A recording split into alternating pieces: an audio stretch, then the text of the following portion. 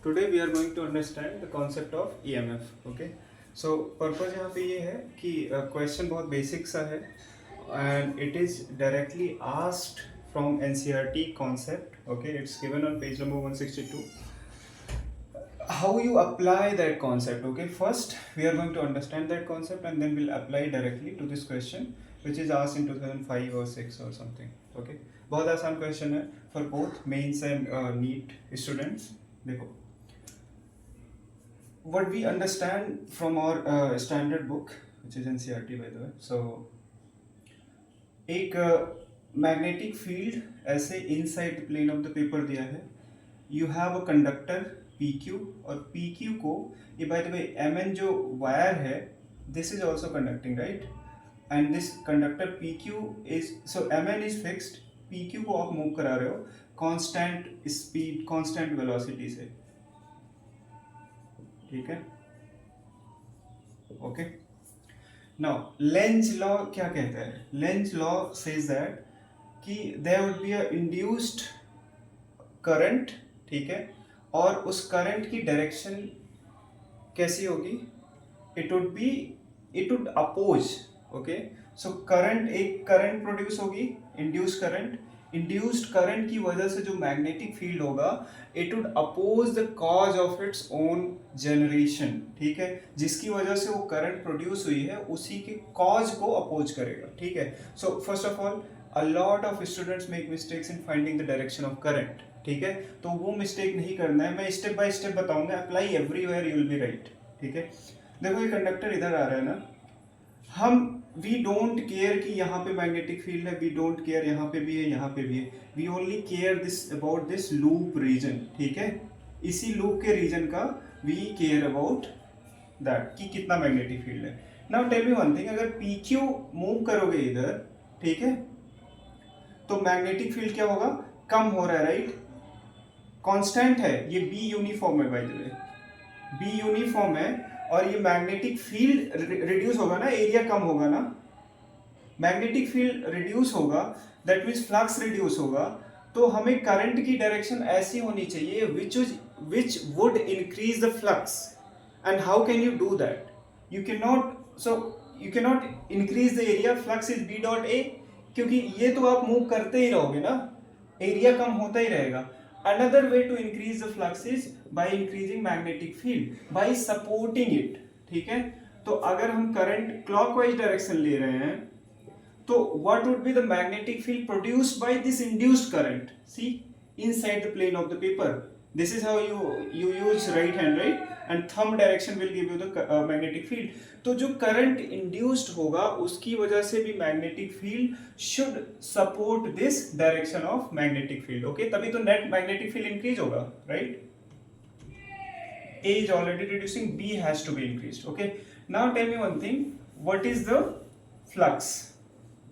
Flux would be magnetic field constant into area. Okay, so as I was showing, magnetic field sorry flux was B into A.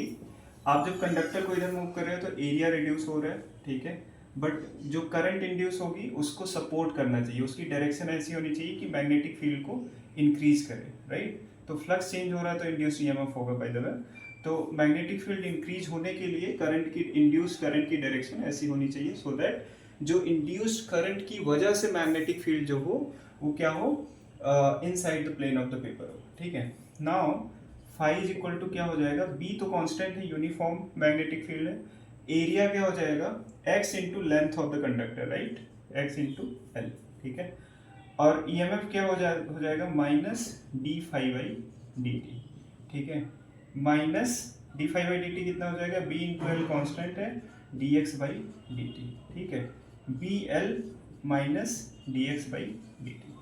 We are assuming कि BL into V. We are assuming that velocity is minus dx/dt. ठीक है, this is assumption. Okay. Now this is okay velocity. अब आपने ये assume कर लिया कि इधर जब डायरेक्शन होगा तो ईएमएफ को हम पॉजिटिव ले रहे हैं, ठीक है। Now coming to the question, so हमने क्या किया यहाँ पे एक पर्टिकुलर डायरेक्शन को हमने पॉजिटिव मान लिया है कि ईएमएफ जो प्रोड्यूस होगा वो positive B L into V होगा। Same you have to apply here, ठीक है। Let me read the question for you. और आपको समझना है कि ये एक सर्किट कंप्लीट कर रहा है, ठीक है। ये जो पूरा कंडक्टर है ना, इस पे सर्किट, एंड इसको आप रिप्रेजेंट कर सकते हो एक ऐसे, ठीक है। By the way, since current direction is this, so this is going to be the battery equivalent circuit, ठीक है। I ये प्लस माइनस, ठीक है। नाउ सिमिलरली यहाँ पे आपको क्वेश्चन पढ़ रहा हूँ मैं, बट इसमें कुछ कुछ पॉइंटर हैं जो आप इग्नोर कर दोगे while reading the question. One conducting U tube can slide inside another as shown in figure. दो U tube हैं, एक दूसरे के अंदर ऐसे स्लाइड कराए जा रहे हैं, ठीक है।